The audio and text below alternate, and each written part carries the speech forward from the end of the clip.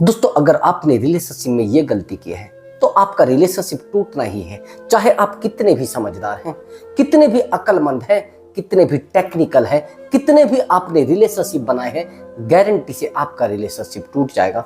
आप जितने भी एक्टिव इंसान हो, चाहे आपके पास कितना भी पैसा हो, चाहे आप कितने भी बड़े बिजनेसमैन हो, चाहे आप कितनी भी बड़ी जॉब पर हो, आपका रिलेशनशिप टूटना ही है। बस अगर आपने ये गलती की है, आप कहेंगे सर कौन सी गलती है? बस थोड़ा ध्यान से समझना कि अगर आपने वो गलती की है तो आपका रिलेशनशिप गारंटी से टूटना है। एक्चुअली दोस्तों, ऐसा क्यों होता है कि हम किसी भी रिलेशनशिप में नहीं टिक पाते, हम किसी भी रिश्ते में नहीं टिक पाते, हम किसी भी इंसान से ज्यादा समय तक कनेक्ट क्यों नहीं रह पाते? एक्चुअली एक अपनी प्रवृत्ति होती है, वो कहते हैं ना, मेंटलिटी होती है, अपनी सोच होती है। आप कहेंगे सर कैसे?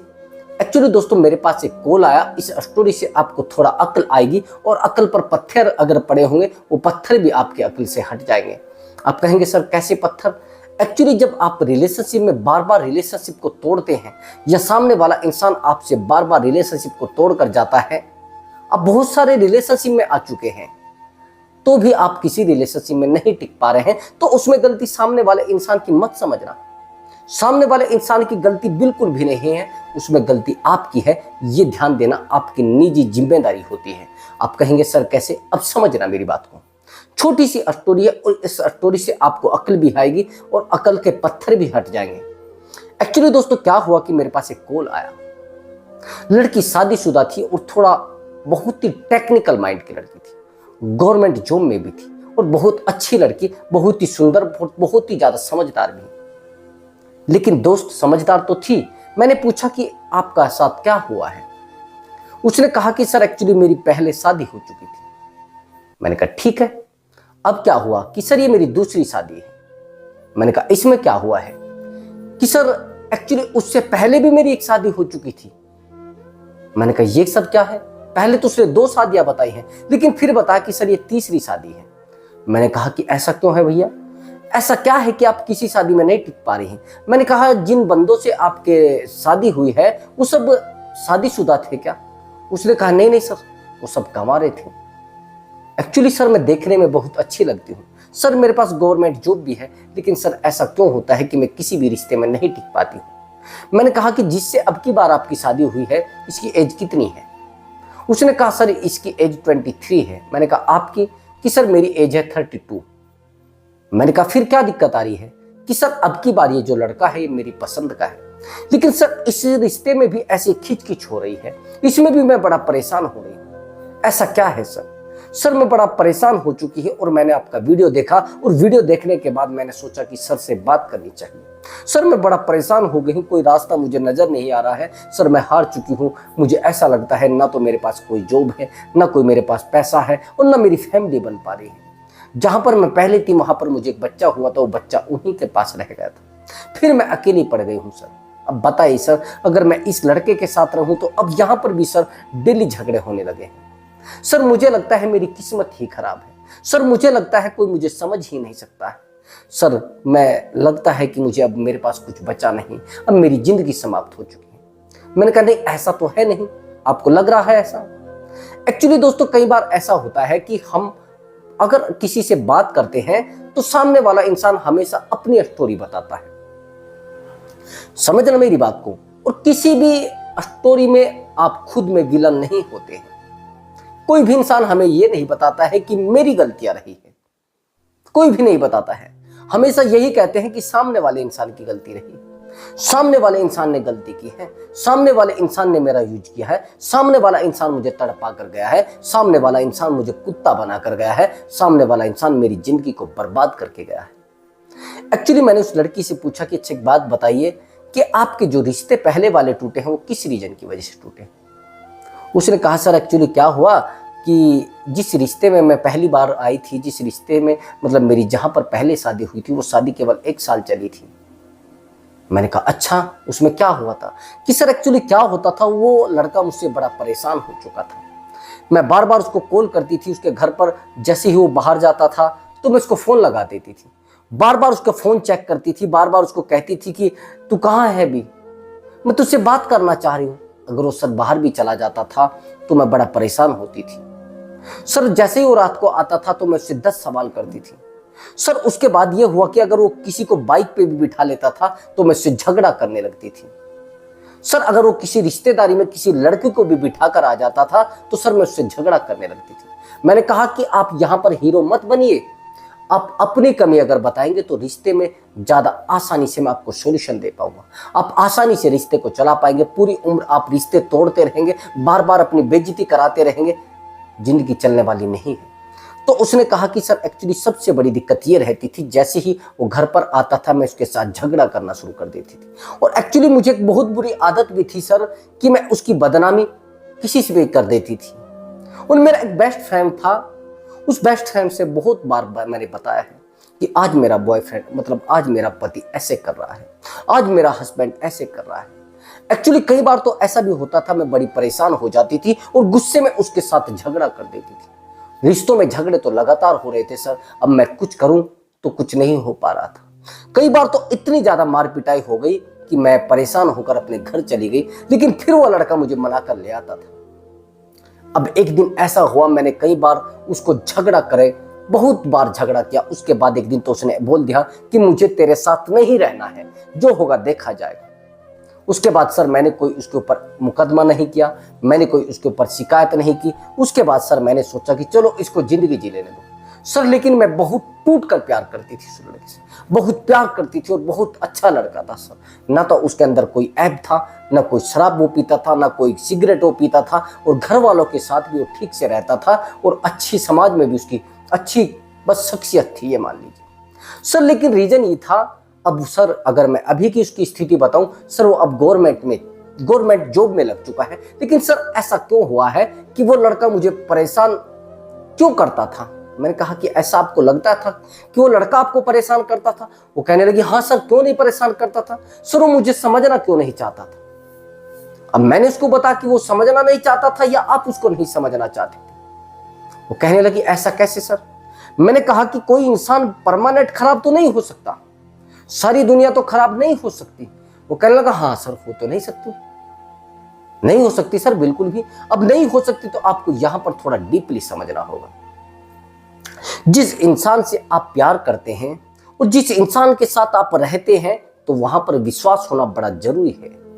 एक दूसरे में बहुत ही अंडरस्टैंडिंग होनी बहुत ज्यादा जरूरी है। और मिसअंडरस्टैंडिंग हुई तो आपके रिश्ते को खोखला होने में मिनट नहीं लगेगी, सेकंड नहीं लगेगी। अब आप कहेंगे सर कैसे? एक्चुअली फिर मैंने उससे पूछा कि जो दूसरी आपकी शादी हुई थी, दूसरा आपका जो रिश्ता बना था, उसमें क्या लफड़ा हुआ है? कि सर वो जो लड़का था वो ठीक लड़का था, लेकिन सर वो गवर्नमेंट जॉब में था।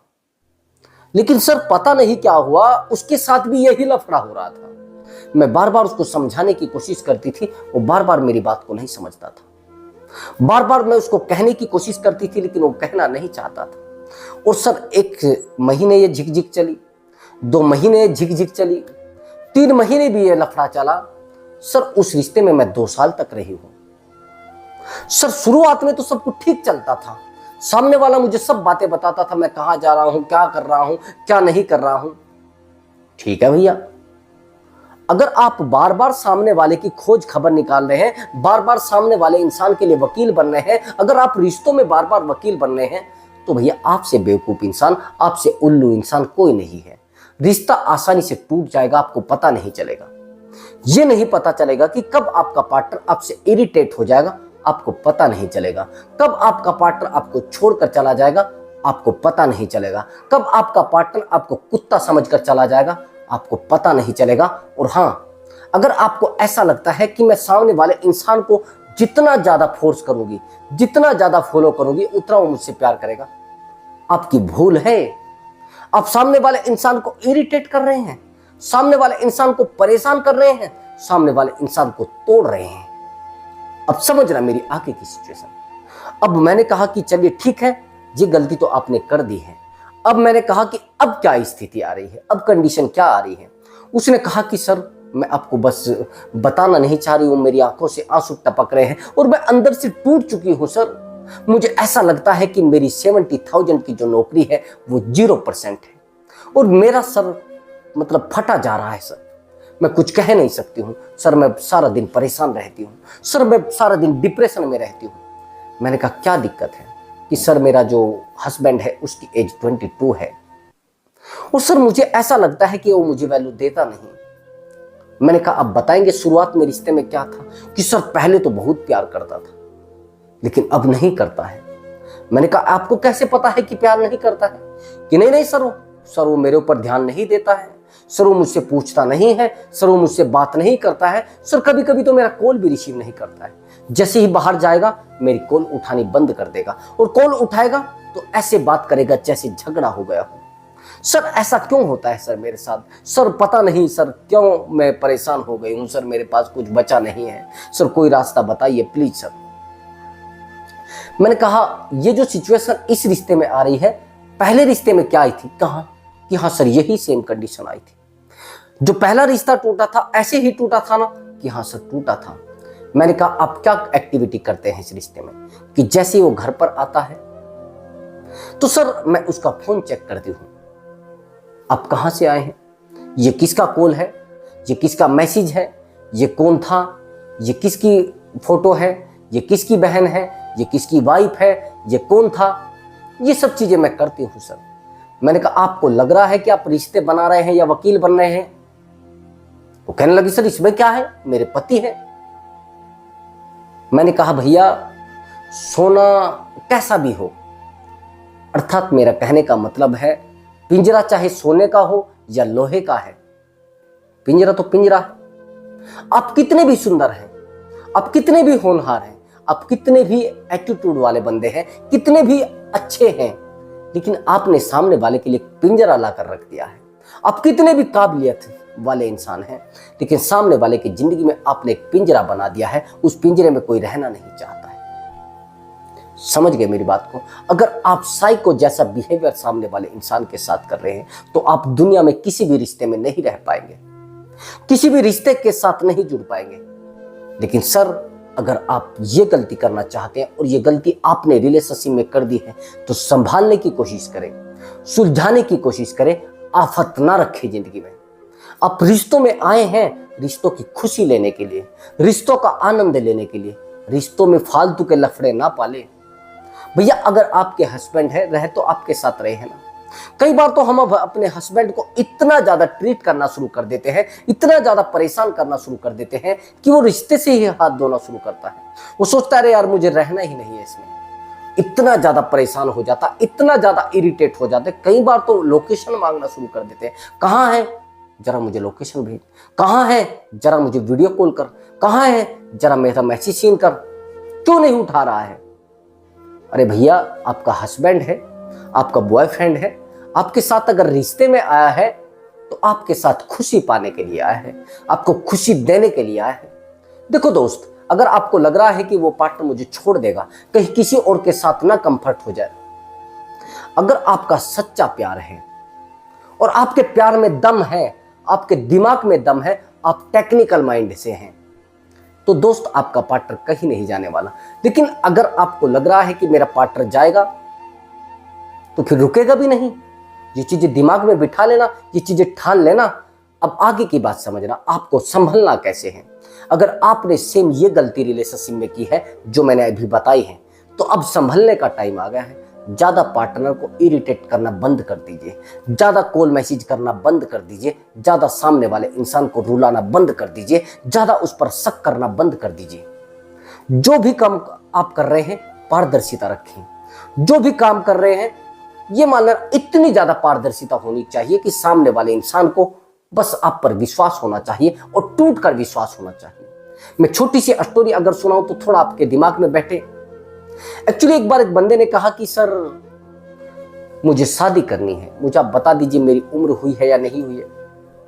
उसने कहा कि नहीं मैं तो नहीं बता सकता, लेकिन मेरे एक गुरुजी हैं वो जरूर बता देंगे। मैं थोड़ा जल्दी में बताऊंगा भी कि मेरे गुरुजी हैं वो थोड़ा जल्दी में मतलब थोड़ा सही से तुझे समझा सकते हैं कि ठीक है वहां पर लेकर चलिए। अब जैसे ही गुरुजी के पास जाते हैं, अब दोपहर हो रही थी, कड़ी धूप, बहुत धूप पड़ रही थी, कड़ाके की धूप। अब जब कड़ाके की धूप पड़ रही थी तो अब जो गुरुजी थे उन्होंने कहा अपनी पत्नी को, धूप बहुत तेज थी कि आप अंदर से ना जरा एक लालटेन बुला जला कर ले आओ, कि लैंप रखा होगा उसको जला कर ले आइए, ठीक है। अब पत्नी भी बेचारी इतना विश्वास करती थी कि वो अंदर से लैंप जला कर ले आई। देखा 1 मिनट का मामला है, जैसे ही उसने कहा कि धूप में लैंप जला कर ले आइए, तुरंत लेकर आ जाए। अब पत्नी ने भी ये बात नहीं सोची कि यार बाहर तो धूप हो रही है, बेवकूफ है क्या मेरे घर वाला, ये उल्लू है क्या मेरा घर वाला, मतलब इसको अक्ल ही नहीं है, ये लैंप मांग रहा है। उसने मांगा और वो लेकर आ गई। तो उसने कहा कि आप, मुझे लग रहा है उल्लू हो, आप मुझे क्या जवाब दोगे, कि जवाब तो आपको मिल चुका है। वो कहने लगा मुझे कैसे जवाब मिल गया, कि आपको जवाब ऐसे मिल गया है कि आपने देखा है कि मेरी पत्नी, मैंने आवाज लगाया और मैंने कहा कि आप लैंप जला कर ले आइए, क्या इस भरी दोपहर में मुझे लैंप की जरूरत है। उसने कहा नहीं नहीं गुरुजी, जरूरत तो है नहीं, लेकिन फिर आपको क्यों लग रहा है कि मैंने लैंप मंगाया है। कि हाँ ये तो बात है कि रिश्तों में जब इतना विश्वास हो जाए और इतना मजबूत आप हो जाए कि आपके विश्वास को कोई तोड़ ना पाए, आपके पार्टनर को आप पर इतना विश्वास हो जाए कि हाँ सच में धूप हो रही है, तो दोस्त उस दिन आपके रिश्ते को कोई आंच नहीं पहुंचा सकता, आपके रिश्ते में कोई दखल अंदाजी नहीं कर सकता। दोस्त अगर आपने रिलेशनशिप में अपने पार्टनर को बार बार ये शिकायतें की हैं और कंप्लेन भी बहुत ज्यादा करते हैं, जो लोग कंप्लेन रिश्तों में बहुत ज्यादा करते हैं, जो अपने पार्टनर की बुराइयां बहुत ज्यादा करते हैं, कंप्लेन करने वाले बंदे हमेशा नुकसान में रहते हैं। जो लोग रिश्ते में बहुत ज्यादा कंप्लेन करते हैं, बहुत ज्यादा टूट कर उलझने रखते हैं अपने पार्टनर के सामने, वो रिश्ते आसानी से टूट जाया करते हैं, वो रिश्ते आसानी से उलझ जाया करते हैं। उन रिश्तों में हमेशा दरार पड़ने की आशंका रहती है। दोस्त मैंने बताया है कि आपको अगर अपने रिश्ते में बने रहना है, आपने अपने रिश्ते को अगर ज़्यादा लंबा लेकर चलना है और लंबा उस रिश्ते को अच्छे से बनाकर रखना चाहते हैं, तो सबसे पहले तो आप पार्टनर को समझने की कोशिश करें। पार्टनर को समझाने की कोशिश ना करें, पार्टनर को समझने की कोशिश करें। आप क्या करते हैं, आप उल्टा चलते हैं। आप पार्टनर को समझाने की कोशिश करते हैं, आप रिश्तों में वकील बनने की कोशिश करते हैं, और जब आप रिश्तों में वकील बनने की कोशिश करते हैं तो सामने वाला इंसान फरिश्ता ना बन के आपकी जिंदगी को तबाह करना चाहता है। वो सोचता है अरे यार ये तो उल्लू हो गया है, ये बेवकूफ हो गया है, मुझे जीना भी नहीं देते हैं, ये मुझे परेशान करता है, बार बार मुझे कॉल करता है, बार बार मुझे मैसेज करता है। तो इरिटेट होता है इंसान दोस्त इस चीज से। और जो इंसान आपके रिश्ते में इरिटेट हो रहा है तो क्या है, आप एक रिश्ते में सही नहीं रह पाए, दूसरे रिश्ते में आप सही नहीं रह पाए हैं, तीसरे रिश्ते में आप सही नहीं रह पा रहे हैं, फिर आप कह रहे हैं कि सर मेरा तो ब्रेकअप हो जाता है 2-3 महीने के बाद। ब्रेकअप तो दोस्त अपने आप हो जाएगा। आपकी जो प्रवृत्ति है वो जागृत हो जाती है, आपकी जो आदतें हैं वो तुरंत डेवलप हो जाती हैं। आपकी आदतें सामने वाले इंसान को खोखला कर देती हैं, सामने वाले इंसान को रोने के लिए मजबूर कर देती हैं, सामने वाले इंसान पर प्रहार करने के लिए मजबूर कर देती है, और आपको साइको बनाने पर मजबूर कर देती है। दोस्त जो लोग साइको होते हैं ना, उनके पास कोई नहीं रहना चाहता है। शुरुआत में लगता है कि ये बहुत प्यार कर रहा है, लेकिन जब वो प्यार टूटने की स्थिति में आता है, आपको डिप्रेशन देने की स्थिति में आता है, तो बड़ी दिक्कत होती है। वो कहते हैं ना, सोना अगर कानों को ही खाने लग जाए ना तो वो सोना नहीं होता। अगर आपकी गर्लफ्रेंड आपको ही टेंशन देने लग जाए ना तो आप ये कहोगे अरे भैया निकालो उसको यार, ये तो दिमाग खा रही है। अगर आपका बॉयफ्रेंड आप पर हर टाइम नजर रखे हुए है, हर टाइम आपसे पूछता है वीडियो कॉल करके बता ना कहां खड़ी है, किसके पास सो रही है, ये बता ना, कई बार तो इतनी भद्दी हरकतें कर देते हैं कि सामने वाला इंसान बिल्कुल आपसे इरिटेट हो जाता है, परेशान हो जाता है। ये गलतियां करना बंद कर दीजिए दोस्त, नहीं तो रिलेशनशिप टूटेगा और फूटेगा, और आप भी टूटेंगे, आप भी फूटेंगे। आपको पता नहीं चलेगा कि कब आपकी गर्लफ्रेंड आपकी जिंदगी से भाग गई और कब आपके रिश्ते को तोड़कर चली गई, और आप कहते रहिए कि सर हमारी तो कोई गलती रही नहीं थी, अरे ऐसे कैसे छोड़ गई सर, मेरी तो कोई गलती नहीं रही है सर, मैंने तो कभी उसको कुछ कहा भी नहीं सर, मैंने तो बहुत प्यार किया है। हाँ प्यार तो कर रहे हैं भैया, आप दूध दे रहे हैं, लेकिन दूध में बता रहे कि मक्खी इसमें पड़ी थी। समझ रहे मेरी बात को? आप सामने वाले इंसान को खुशी देना चाहते हैं लेकिन उसका पैसा भी मांग रहे हैं। सामने वाले इंसान को आप जिंदगी में आबाद करना चाहते हैं लेकिन उससे बर्बादी की शर्त भी मांग रहे हैं, उससे शर्त भी तो रख रहे हैं ना। आप इसमें से एक, भाई सामने वाले इंसान को आपने अपनी चाबी दे दी है कि लीजिए आप कुछ भी करिए, आपका कमरा है, आपका ऑफिस है, कुछ भी करिए, लेकिन आपने कह दिया कि सामान के हाथ मत लगाना, तो भैया आपने क्या दे दिया उसको? यही सेम आपने किया है। आपने सामने वाले इंसान को प्यार दिया है, विश्वास नहीं दिया है। अपने सामने वाले इंसान को प्यार देना चाहा है, सुकून देना नहीं चाहा है। सामने वाले इंसान को आपने सुकून दिया है लेकिन खुशी नहीं देनी चाहिए। क्या होगा इससे? टूटेंगे रिश्ते या खत्म होंगे? भैया रिश्ते खत्म ही होने हैं। अब मेरी बात अगर आपको थोड़ी अकल में बैठी हो और थोड़ी अकल सेट हुई हो तो चैनल को जल्दी से सब्सक्राइब कर दो। बस कुछ टाइम के लिए तो सब्सक्राइब करके देखो, अगर आपको कुछ नॉलेज मिलती है तो भैया मुझे कोई मुश्किल नहीं है। ठीक है दोस्तों, तो मिलता हूँ अगली वीडियो में। नमस्कार दोस्तों।